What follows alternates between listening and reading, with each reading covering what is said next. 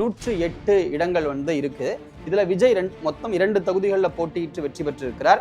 ஆனா அவரால் 2 ஓட்டு போட முடியாது. இப்ப விஜய் இதுல ஒரு இடத்த ரிசைன் பண்றதுனால 233 ஓவரால் இடங்கள்ன்றது குறையுது. தாவேகா தங்கள் கிட்ட இருக்கிற அந்த 107 பிளஸ் இவங்க கிட்ட இருக்கிற 11 இதை அச்சீவ் பண்ணாலே, ஆனா இதுல பாமகவை எப்படி நம்புவது அப்படின்ற கேள்வி தாவேகால இருக்கு. ஏன்னா பாமக ஒருவேளை ஓட்டெடுப்புன்றது டை ஆகுது, 2 பக்கத்துக்கும் பெரும்பான்மை இல்லாம சமமாக இருக்குன்னா தான்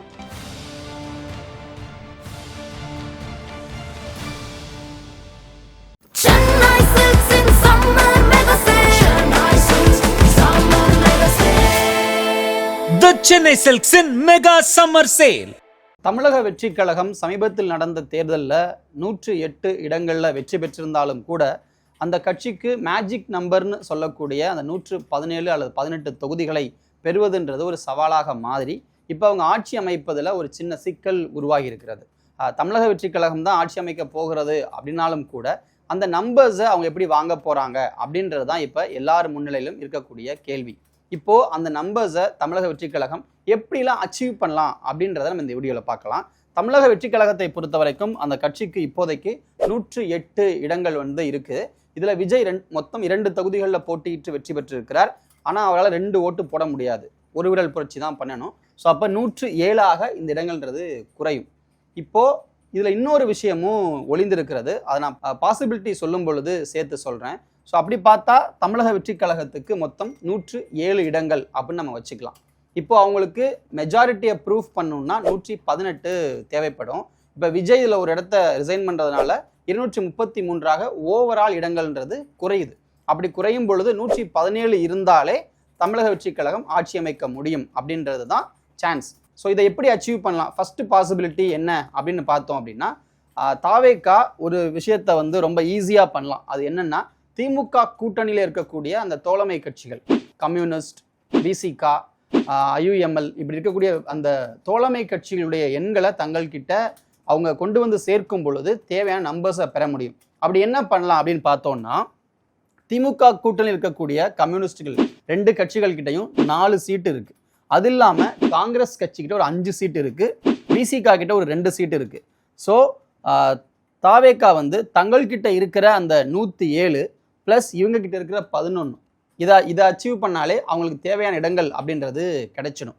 ஸோ இது ஒரு பாசிபிலிட்டி. அதாவது தாவேகா, கம்யூனிஸ்டுகள், காங்கிரஸ், விசிகா இவங்க எல்லாரும் சேர்ந்து மொத்தமாக 117 இடங்கள் அப்படின்ற எண்ணிக்கையை தொட முடியும்.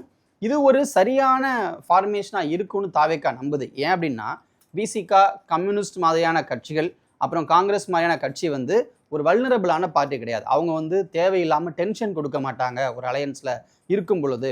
அதோடு கொள்கைன்றது ரொம்ப முக்கியம்னு அவங்க நினைப்பாங்க. அப்போ பேரம் பேசுறதுன்ற விஷயங்கள் அங்கே அடிபட்டு போயிடும். அவர்களை பொறுத்த வரைக்கும் மதவாத சக்திகள் இல்லாமல் இருக்கிறது, இல்லை தமிழ்நாட்டுக்கு எந்த விதமான தீமைகளும் விளைந்து விடக்கூடாதுன்றதுல கவனமாக இருப்பாங்களே தவிர, பணத்தை ஒரு குறிக்கோளாகவோ இல்லை அமைச்சரவை பதவிகளை குறிக்கோளாகவோ இல்லை மிரட்டலை குறிக்கோளாகவோ வச்சுக்கிட்டு இயங்குவதுன்றது அவங்க கிட்ட இருக்காது. அப்போ இந்த மாதிரியான ஆட்களை உள்ளே கொண்டு வரும் பொழுது ஈஸியாக ஒரு கவர்மெண்ட்டை ஃபார்ம் பண்ணலாம் அப்படின்றது தாவேகா நினைக்கக்கூடிய விஷயமாக இருக்கிறது. அதனால தான் அவங்க என்ன பண்ணுறாங்கன்னா, தமிழக வெற்றி கழகத்தை பொறுத்த வரைக்கும் காங்கிரஸ் கட்சி, விடுதலை சிறுத்தைகள் கட்சி, கம்யூனிஸ்ட் கட்சி இவங்களெல்லாம் நம்ம அலையன்ஸ்குள்ளே கொண்டு வேலைகளை செய்யலாம் நினைக்கிறாங்க. காங்கிரஸ் கட்சிக்கு 2 அமைச்சரவை பதவியிடங்கள் கொடுக்க இருப்பதாக பேக்டோரில் மீட்டிங்ஸ் நடந்துகிட்டு இருக்கு. அதே மாதிரி விடுதலை சிறுத்தைகள் கட்சிக்கும் ஒரு இடத்தை ஒரு அமைச்சரவை பதவி கொடுக்கலாம் அப்படின்றதும் டீலிங்காக இருக்கு.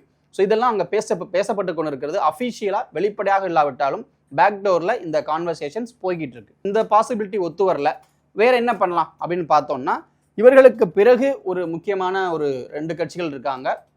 ஒன்று பாமக, அவங்க ஒரு 4 சீட் வச்சிருக்காங்க. அது இல்லாமல் காங்கிரஸ்க்கு ஒரு 5 சீட் இருக்கு. காங்கிரஸ் எப்பவுமே தாவேகாவோட நெருக்கமாக இருக்கக்கூடிய கட்சி தான். அப்படின்ற பட்சத்தில் பாமகவையும் தாவேகாவையும் சேர்த்து ஒரு அலையன்ஸ் பில்ட் பண்ணும் பொழுது அதுவும் அவங்களுக்கு ஹெல்ப்ஃபுல்லாக இருக்கும்.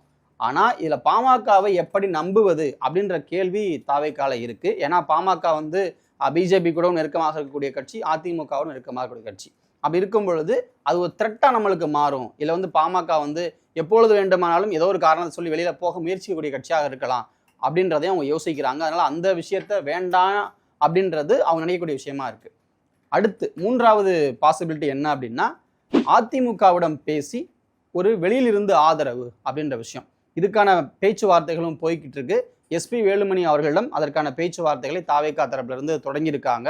ஸோ அப்படி ஒருவேளை அந்த பேச்சுவார்த்தை முடியும் பொழுது அதிமுக தாவேகாவுக்கு தேவையான அந்த ஆதரவை எப்படி வந்து கலைஞருக்கு ராமதாஸ் கொடுத்தாரோ, அரவிந்த் கெஜ்ரிவாலுக்கு ஷீலா தீட்சித் கொடுத்தாங்களோ, அதே போன்ற ஒரு ஆதரவை வெளியிலிருந்து அதிமுக வந்து தாவேகாவுக்கு தருவாங்க. ஆனால் எகைன் அதுவுமே தாவேகாவுக்கு ஒரு த்ரெட்டாக தான் மாறக்கூடிய வாய்ப்பு இருக்குது அப்படின்னு அந்த கட்சியினர் நம்புகிறாங்க. ஸோ அதனால அந்த விஷயமும் வேண்டாம்னு நினைக்கிறாங்க. இது மூணுல அவங்க பெஸ்ட்டாக இருக்கும்னு நினைக்கிறது வந்து விசிகா, காங்கிரஸ், கம்யூனிஸ்டுகள். இந்த 3 கட்சிகளையும் உள்ளே கொண்டு வந்தால் நமக்கு வந்து ஈஸியாக இருக்கும் அப்படின்னு நினைக்கிறாங்க. ஸோ இந்த கம்யூனிஸ்ட் கட்சியை பொறுத்த வரைக்கும் அவங்க மீட்டிங் நடக்க இருக்கிறது. விசிகாவும் அந்த மீட்டிங்கில் கலந்துக்க போகிறாங்க. இவங்கெல்லாம் சேர்ந்து அடுத்து என்ன பண்ணலாம், ஒரு அலையன்ஸை வந்து ஃபார்ம் பண்ணி தாவேகாவுக்கு ஆதரவு தரலாமா அப்படின்ற எண்ணத்தில் வந்து பண்ண போகிறாங்க. அப்படி அவர்கள் வரும் பொழுது அவர்களுக்கு தேவையான அமைச்சர் இடங்களை கொடுக்கறதுக்கும் அவங்க வந்து ரெடியாக இருக்காங்க. ஓகே, இப்போ அந்த விஷயத்தில் வந்து பார்த்தோம் அப்படின்னா, இப்போ கம்யூனிஸ்ட், காங்கிரஸ், அது மட்டும் இல்லாமல் விசிகா எல்லாரும் சேர்ந்துட்டாங்க அப்படின்னு பார்த்தோம்னா, தாவேகாவுக்கு வந்து ஏன் 106ன்னு சொன்னேன்னா, இப்போ 108 இடங்களில் ஒன்று விஜய்க்கு போயிடும். ஏன்னா 2 சீட்டில் அவர் ஜெயிச்சிருக்காரு, ஒரு சீட் ரிசைன் பண்ணணும். இல்லை 2 சீட்டாக இருந்தாலும் கூட ஒரு ஓட்டு தான் அவர் போட முடியும்.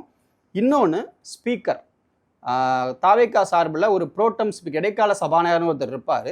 அவர் தான் அந்த அவையை வழிநடத்த போகிறவர். ஸோ அப்படிங்கிறப்போ 2 நம்பர்ஸ் அவங்களுக்கு காலியாகிடும். ஸோ அப்போது பார்த்தீங்கன்னா 108ன்றது 106ஆக குறையும். 106 ப்ளஸ் இப்போ 233ல் பாதி ப்ளஸ் 1ன்னு பார்த்து 117 நம்பர். ஸோ அதை அச்சீவ் பண்ணும் பொழுது தாவேகாவிடம் இருக்கக்கூடிய 106ஓட நம்ம அந்த பக்கம் பார்த்தோம்னா மொத்தம் 11 இடங்கள் தேவை. ஸோ அப்போ அவங்க 11 இடத்துக்காக காங்கிரஸையும் விசிகாவையும் கம்யூனிஸ்டுகளையும் சேர்ப்பாங்க. ஸோ அப்படி தான் வரும். ஸோ அப்போ ஓட்டு போடும் பொழுது அவையில் இருக்கக்கூடிய உறுப்பினர்களில் பாதி ப்ளஸ் 1 தான் அந்த மெஜாரிட்டியை நிரூபிக்க வேண்டிய கட்டாயம் வரும். ஒருவேளை ஓட்டெடுப்புன்றது டை ஆகுது, 2 பக்கத்துக்கும் பெரும்பான்மை இல்லாமல் சமமாக இருக்குன்னா தான் ஸ்பீக்கர் வந்து ஓட்டு போட முடியும். ஆனால் அந்த நிலைமைன்றது மெஜாரிட்டியாக நடக்காது. ஸோ அதனால ஸ்பீக்கர் பொறுத்த வரைக்கும் ஓட்டு போகிறதுக்கான வாய்ப்புகள் எப்போவுமே அமைந்ததாக இல்லை. ஸோ அதனால் அந்த விஷயத்தை நம்ம வந்து இக்னோர் பண்ணிடலாம்.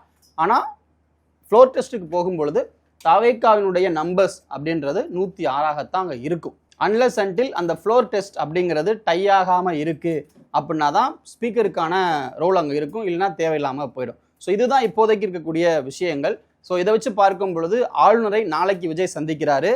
சந்தித்து ஆட்சி அமைப்பதற்கான உரிமையை கோருகிறார். அதற்கு பிறகு அவருடைய பதவியேற்பு விழா அப்படின்றது 7ஆம் தேதி சென்னை நேரு ஸ்டேடியத்தில் நடத்துவதற்கான ஏற்பாடுகளும் நடக்கிறது.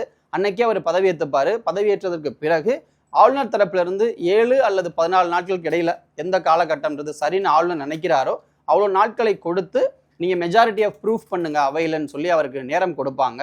ஸோ அதனுடைய அடிப்படையில் தன்னுடைய ஆதரவு எம்எல்ஏக்களை திரட்டி அவையில் இருக்கக்கூடிய மொத்த உறுப்பினர்களை பாதி ப்ளஸ் 1 அப்படின்ற விகிதாச்சாரத்தில் அவர் வந்து பெரும்பான்மையை நிரூபிக்கணும். ஸோ இதுதான் அவருக்கு இருக்கக்கூடிய சவாலாக இருக்கும். ஆனால் இப்போது இருக்கக்கூடிய இந்த விஷயங்களை பார்க்கும் பொழுது திமுக கூட்டணி உள்ளவர்களை பிரித்து எடுத்துகிட்டு போகும்போது தான் அவரால் அதை பண்ண முடியும். அதுதான் சரியான வாய்ப்பு அப்படின்னும் விஜய் நம்புறாரு. ஆனால் விசிகாவும் கம்யூனிஸ்டுகளும் கொள்கை கூட்டணின்னு சொல்லிட்டு திமுக விட்டு பிரிவாங்களா, அதிமுக தான் வெளியிலிருந்து ஆதரவு தருகிறேன் அப்படின்ற ஒரு விஷயத்தை வச்சுக்கிட்டு நாளைக்கு தாவேகாவை த்ரெட்டன் பண்ணாமல் இருக்குமா, இல்லை பிஜேபி அதிமுகவை அலோவ் பண்ணுமா அப்படின்ற கேள்விகளும் இருக்குது. பவர் நம்மக்கிட்ட இருக்கணும் அப்படின்னு நினைக்கிற தேமுதிக என்ன செய்ய போகுது, அவங்க எப்போவுமே 1 சீட்டோ 2 சீட்டோ வேணும்னு நினைக்கிறவங்க அவங்க மேபி இதில் என்ன முடிவெடுக்க போகிறாங்க அப்படின்றது இருக்குது. பாமக போன்ற கட்சி இது போன்ற ஒரு சிச்சுவேஷனை பயன்படுத்திக்க முயலுமா அப்படின்றது இருக்குது. இப்படி இந்த விஷயத்தில் எல்லா கட்சிகளுக்குமே ஒரு தேவை இருக்குது. இந்த கட்சிகளில் எந்த கட்சி ஒரு நல்ல கட்சின்னு அவங்க நினைக்கிறாங்களோ அவங்க கூட தாவேகா கூட்டணிக்கு போகுது. அப்படி யாரை தாவேகாவும் அதன் தலைவர் விஜயும் தேர்வு செய்ய போகிறார் அப்படின்றதான் இப்போ இருக்கக்கூடிய கொஸ்டினாக இருக்குது.